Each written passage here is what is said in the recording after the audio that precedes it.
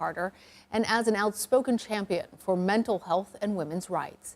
Even after leaving the White House, her service continued as a co-founder of the Carter Center and a humble humanitarian on the world stage.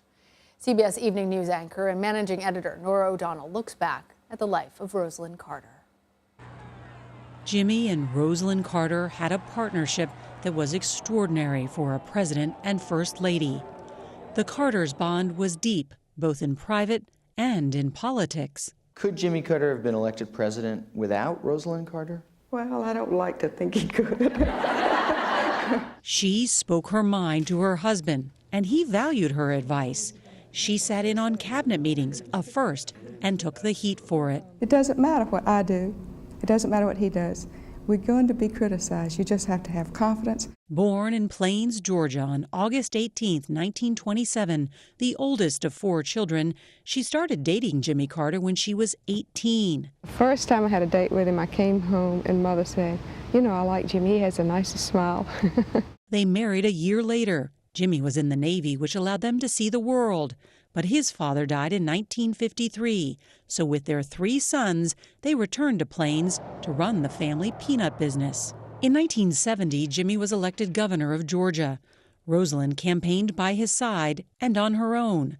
That continued on the 1976 presidential campaign trail, where their 4th child, Amy, often joined them. As First Lady, she continued to be a sounding board for her husband. I look forward to consulting closely with him on a regular basis. She also traveled as his emissary, especially to Latin America. After leaving Washington in 1981, they then created the Carter Center in Atlanta, where they promoted peace and where she continued her work as an advocate for research and treatment of mental illness. She also became a prominent voice for caregivers and for women and children, and she joined her husband in the work of Habitat for Humanity. And as the world faced the deadly COVID-19 pandemic, the couple used their voices to encourage Americans to get vaccinated to help save lives. Their long tradition of helping others led President Clinton to award the Carters the Medal of Freedom in 1999. Jimmy and Rosalynn Carter have done more good things for more people in more places than any other couple on the face of the earth. President Carter not only called Rosalynn his wife, but also his best friend and chief advisor. A small-town girl who didn't plan on a public life, Rosalynn Carter understood the power of high office and used it to help make this a better and kinder world. Nora O'Donnell, CBS News, Washington. Today, the current First Lady, Jill Biden, reacted to the passing of the former First Lady at a Thanksgiving event. Here's what she had to say. I'm sorry that I have to lead this off with a sad announcement. Our former First Lady, Rosalynn Carter, has just passed. And she was well known for her efforts on mental health and caregiving and women's rights. So I hope that during the holidays, you'll consider saying include the Carter family in your prayers. Joining us now is Ernie Suggs. He is a senior race and culture reporter for the Atlanta Journal-Constitution. He's also been covering the Carters for a decade. Ernie, just yesterday, actually, you published an article about the impact that Rosalynn Carter had on our nation's mental health system. Tell us about that and why this issue was one that she cared so much about at a time when people didn't really talk about mental health. Yeah, mental health was her issue. That was the thing that made her a little bit. When President Carter was running for governor of Georgia in the early 1970s, she would go out on the campaign trail and she would meet families and meet people who were suffering through mental health issues. And she was meeting families that needed caregiving. So this became like kind of her cause de célèbre, so to speak, that she wanted to talk about this and she wanted to get this out there in the public. And it was ironic, and it was kind of ironic and beautiful at the same time that she announced in May that she had dementia, you know, because this is something that she has been fighting for advocacy for a long time. So I think that she felt it was important to get that out there and to let people know that anyone can suffer from this, that everybody can suffer from this, and that she was dealing with it herself. And I think that made her all the more braver in what she wanted to do and what she was doing. She was a passionate advocate for multiple issues. Mental health is one at the forefront, but also the unhoused population in America, their work with Habitat for Humanity, the Carter Center, work for peace, and then also for caregivers and for women especially. Talk to us about the legacy that she leaves behind more broadly and what really propelled her. Well, the thing that I find interesting about Mrs. Carter as well as President Carter is that their 4 years in the White House is almost a blip on their resume, on their personal narrative, because they've done so much before and they've done so much after. You know, the Carter Center, they started the Carter Center as soon as he left the White House. And that Carter Center has gone on to, do things in Africa in terms of eradicating diseases, with Habitat for Humanity and building homes. And they moved, they didn't live, they left the White House and they moved back into the home that they built in 1961. They've lived in that home, aside from the time they were in the governor's mansion and the White House, ever since. She died in that home. So Plains, Georgia was their home, and taking care of people was their mission and their goal. And that's what they did. That's what they want to be remembered for. Yeah, he was the president and she was the first lady. But I think if you ask President Carter now, he wants to be best remembered for he and his wife for what they did for people, particularly what they did for people after they left the White House. Yeah, actually, and the biggest accomplishment of his life, the former president once said, was actually marrying Rosalynn. Her. Absolutely. If you think about it, she was 96 years old. He met her when she was a baby. So he knew her whole life. Can you imagine knowing someone for almost a century? And they've been married for 77 years. And it's just been like this beautiful partnership. I think that's the best word to use, a loving partnership that has sustained itself for 77 years. And what sorts of reaction are you seeing come in at this point? Well, she was America's first lady, but she's also Georgia's first lady. She was a first lady when he was the governor, but she's also been a standard bearer for what Georgians are and what they can be and what they can do, and showing grace and dignity and class. And she showed all of that. So as you can imagine, the outpouring of affection throughout Georgia, throughout the country, throughout the world has been tremendous, because she was a person who people truly felt she cared for people and loved people, and people loved her in turn. So I think that the outpouring there, a lot of stuff is just starting to come in, but so far the outpouring has been tremendous from all circles of the country. And obviously, given the length of their relationship, the partnership that they had, it lends us to ask questions about the former president and how is Mr. Carter doing in this moment, and how is he expected to continue? Because we understand that he's also been in hospice care, but for a while. But the two of them have been together, as you mentioned, in their home in Plains. Yeah, they lived together in their home since 1961. It was announced on February 18th that he was going into hospice himself. As your viewers may know, he's had several years of health difficulties, whether they be falling down or injuries. He battled with cancer, brain cancer, and beat that. But he's 99 years old, and he, as I said, he went into hospice on February 18th. So, he and Mrs. Carter, they were in their home. They were where they wanted to be. They held hands every day. They ate peanut butter ice cream as often as their family would allow them to do that. They ate cupcakes. They watched the Braves games. So they were a loving couple together. And now, half of that partnership is gone. So, we don't want to speculate as to the condition of the former president. But, as I said, he's been in hospice since February the 18th. And what that meant for the family is that he wasn't going to get any medical care. He wasn't going to get any care from a hospital. He was just going to live at home and be taken care of at home. So we don't know how well, he's doing fine. I can imagine, but, he's a strong country boy, and he could be around for another 2 or 3 years, 5 years, hopefully. What an incredible love story they shared, and what a tremendous force for good she was. They were. Thank you. Thank you.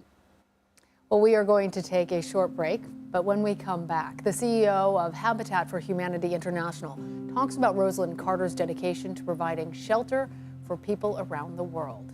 You're streaming CBS News.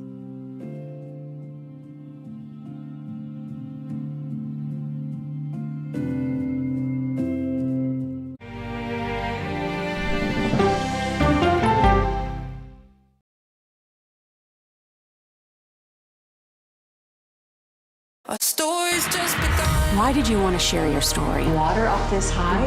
Where are these coming from? That's the million-dollar question. I'm a very curious person. I wake up every morning asking what's happening in the world, why is this happening, and how do we answer that question on the CBS Evening News? An original documentary from CBS Reports. Imagine yourself in Manhattan with no police, no army, no mayor. The people of Haiti stare down poverty, corruption, natural disasters, and violence. 90% of the guns that are used by gangs in Haiti are American guns. But with an unbreakable spirit and eternal optimism. There are days where I cry, but we can't be discouraged. We still believe in Haiti. They're still able to look ahead with hope. Haiti is on the brink of transformation, a radical shift. Haitians are coming together and saying things must change. Fighting for Haiti, now streaming on the free CBS News app. We aim every night to be factual and fair. That's our goal. An original documentary from CBS Reports. Controversial Congressman George Santos. Why won't you answer our questions? How did he manage to get elected? Thank you very much, and God bless you, and God bless the USA. George Santos' campaign was a campaign of deceit, lies, fabrication. And who is he, really? I knew him as Anthony DeVolder from Queens. Really, who he is, he's a fraud. I compare him to the Tinder swindler. From people who know him, the truth, the facts, the lies. He would say that he was worth $100 million. It's an incredibly cynical episode in American politics, beyond satire. Had you ever seen anything like this? No, and I hope I never see it again. Campaign of Deceit, now streaming on the free CBS News app.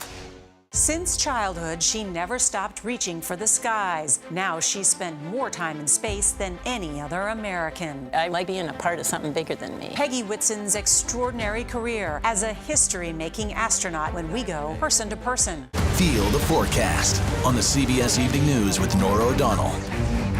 I think I asked direct questions. I don't know that they're tough questions per se. Why aren't you holding yourself to that standard? It doesn't look like Congress is doing anything. What has to happen? That's the role of Face the Nation, to focus on the issues at hand. And that means a civil conversation with perspective.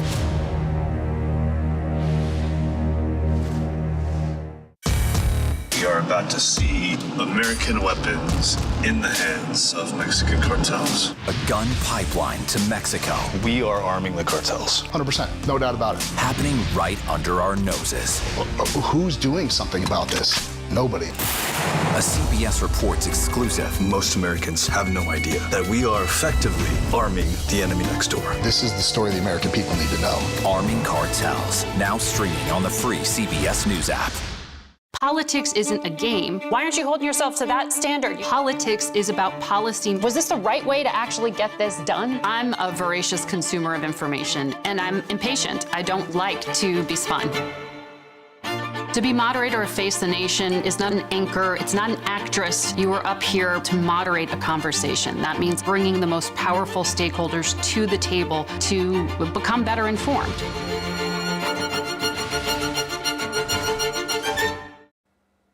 The Carter Center says the former First Lady died peacefully with her family by her side. Tributes are now pouring in, including from political leaders. Senate Majority Leader Chuck Schumer writes, America has lost a passionate humanitarian and champion for people all over the world. And Senator John Ossoff from the Carter's home state of Georgia says Rosalynn's lifetime of work and her dedication for public service changed the lives of many. I join all Georgians and Americans in mourning her loss. We're going to take you to Washington now. CBS News' congressional correspondent Nicole Killian joins us on the phone. Nicole, the former First Lady leaves quite a legacy of work behind. How is Washington reacting? Well, this is obviously very sad news to digest, and so we continue to see an outpouring of reaction and, mourning for the former First Lady. Everyone from current First Lady Jill Biden, who praised Rosalynn Carter's work, for instance, on mental health, women's rights, and other issues, to many in Congress, like Majority Leader Chuck Schumer, who praised her work, as well as former House Speaker Nancy Pelosi, who called particularly her work around mental health transformative. We have also heard, for instance, from Georgia Senator John Ossoff, who also noted that she has changed many lives over the years through her work in mental health and in other areas. So obviously everyone is still digesting this news, but many hold Mrs. Carter in high regard, and certainly her husband as well, and are expressing their condolences at this time.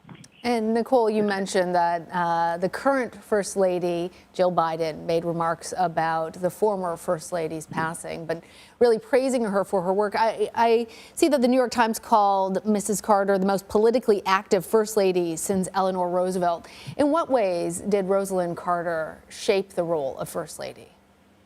Well, for instance, she was one of the first presidential spouses to set up an office in the East Wing and hire a staff. And, she kind of came to work every day.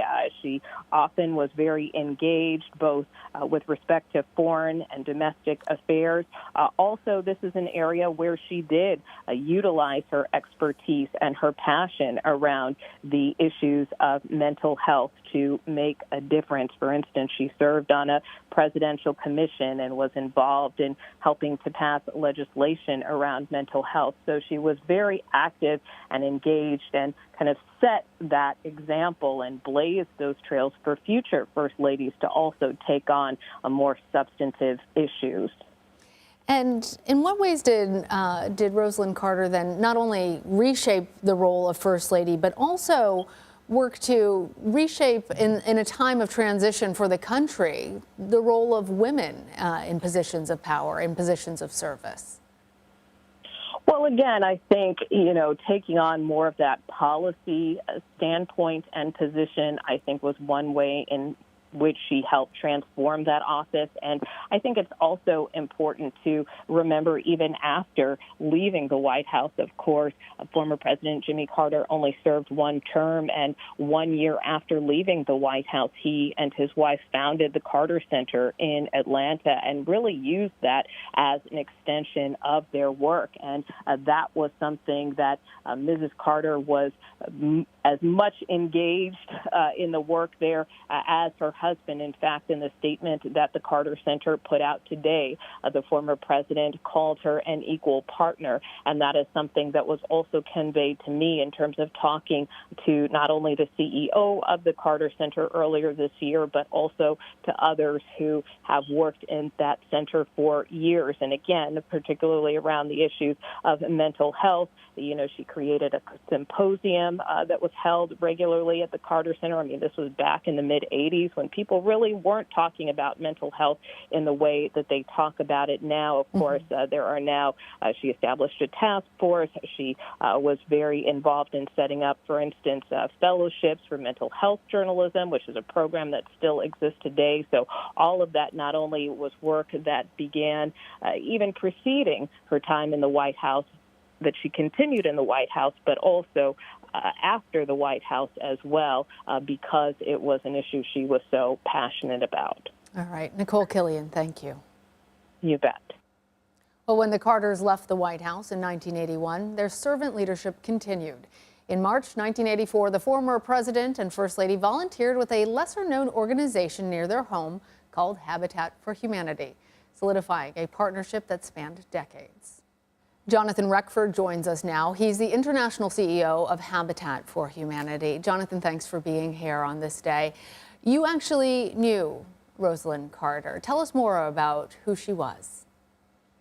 Well, Mrs. Carter was a hero to me and to so many others. And one of the great privileges of my life was every week from when I joined Habitat in 2005 up until 2019, getting to spend a week with Mrs. Carter and President Carter building somewhere in the world. And she's the only person who participated in every one of those Carter work projects. And I thought very fittingly in 2008, when we built in the Gulf Coast to help bring attention to the rebuilding, we changed it from the Jimmy Carter work project, which it had been since 1984, to the Jimmy and Rosalynn Carter work project, which appropriately recognized the partnership. And Mrs. Carter was just such a remarkable combination of strength and compassion. The Carters and Habitat for Humanity are really synonymous in so many ways. What kind of difference did their work make for your organization? Well, Habitat for Humanity was founded in 1976. Most people think President Carter actually started and runs it, which is not true. But there's no question when he and Mrs. Carter rode up on a bus with volunteers from South Georgia to spend a week sleeping in a church basement and rehabbing a tenement building on the Lower East Side of Manhattan. That's when the world found out about Habitat, and that started this extraordinary 35-year partnership. And in many ways, they put Habitat on the map.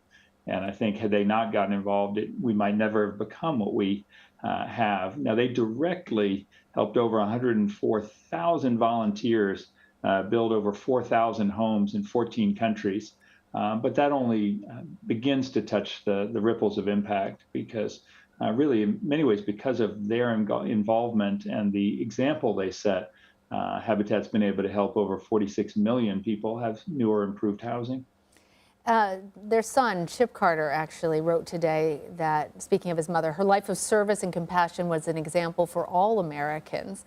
Talk to us about the legacy, the inspiration that the former First Lady leaves behind, especially when it comes to charity. I think Mrs. Carter was so powerful in so many ways. She redefined the role of First Lady. She was an early champion of mental health when very few were. And she had a tireless work ethic. I remember asking her, had she ever thought about slowing down or retiring? And she just looked so surprised. And her response was, what would we do? And I think they had a life of such purpose. And I think I was always struck when I was with her about her tenderness and compassion for the families who were purchasing the homes we were building. She loved to build. She actually became a pretty skilled carpenter, as she would say. But her compassion, I think, is what will always stick with me, that she was such a role model, I think, for all of us in terms of a life well lived. I really, really love that, Jonathan. Former First Lady, mental health advocate, skilled carpenter, quite a list of accomplishments. Jonathan Reckford, thank you. Well, I'm Lana Zach. Thank you for watching. Before we go, though, I want to leave you with a quote from Rosalynn Carter. When asked about her groundbreaking advocacy for mental health, said, "I wanted to take mental illnesses and emotional disorders out of the closet to let people know it is all right to admit to having a problem without fear of being called crazy. If only we could consider mental illnesses as straightforwardly as we do physical illnesses, those affected could seek help and be treated in an open and effective way." Rosalynn Carter was 96 years old. We're going to take a quick break. You're streaming CBS News.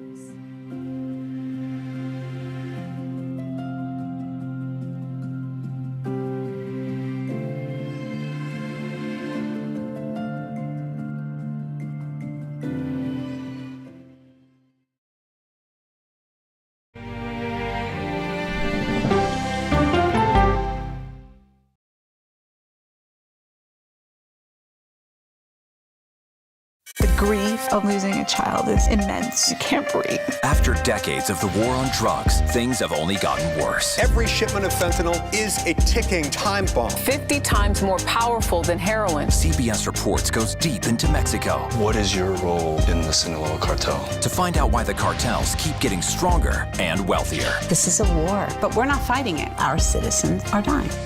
Funding Cartels, now streaming on the free CBS News app. America Decides, taking you inside American democracy. The most important stories on a day-to-day, hour-to-hour basis. You're going to hear a lot of reporting. It is clearly a pivotal moment. Gun control, the economy, education. Both sides of the political aisle fight it out for power. Bringing you the analysis that you need. Thoughtfully, with context. Be part of the conversation. On CBS News Streaming. Welcome to America Decides, Monday through Thursday at 5 p.m. Eastern. This is CBS.